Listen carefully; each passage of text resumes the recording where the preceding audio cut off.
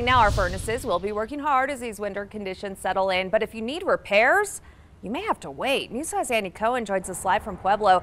You spoke with the owner of a local heating and plumbing company about the necessary precautions that folks in the skilled trades are having to follow, Andy.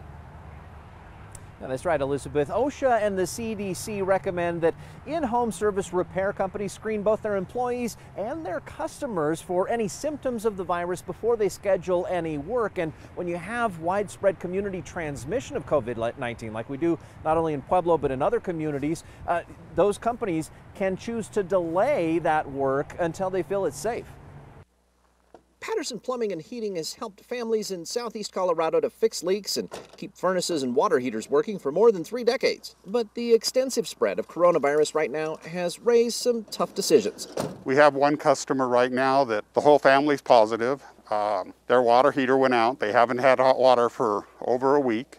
That customer is being patient. Their repair is currently scheduled for next week after a 2-week quarantine.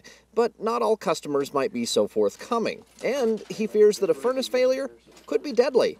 They don't want to call anybody, so they resort to other forms of heat, and they go to sleep and all die because of carbon monoxide poisoning. Service technicians in the trades aren't generally listed among frontline workers when new policy directives are issued, but Patterson thinks that the risks warrant a second look. I sent a letter to the governor just asking him to evaluate our industry because I haven't seen it in the news. I haven't seen it discussed anywhere. Of course, doctors and nurses should be first in line for COVID vaccine, but he hopes that the skilled trades will be kept in mind as additional doses become available. I just don't want to see us end up in April, May, June, still not having the vaccine because we don't qualify in that early phase.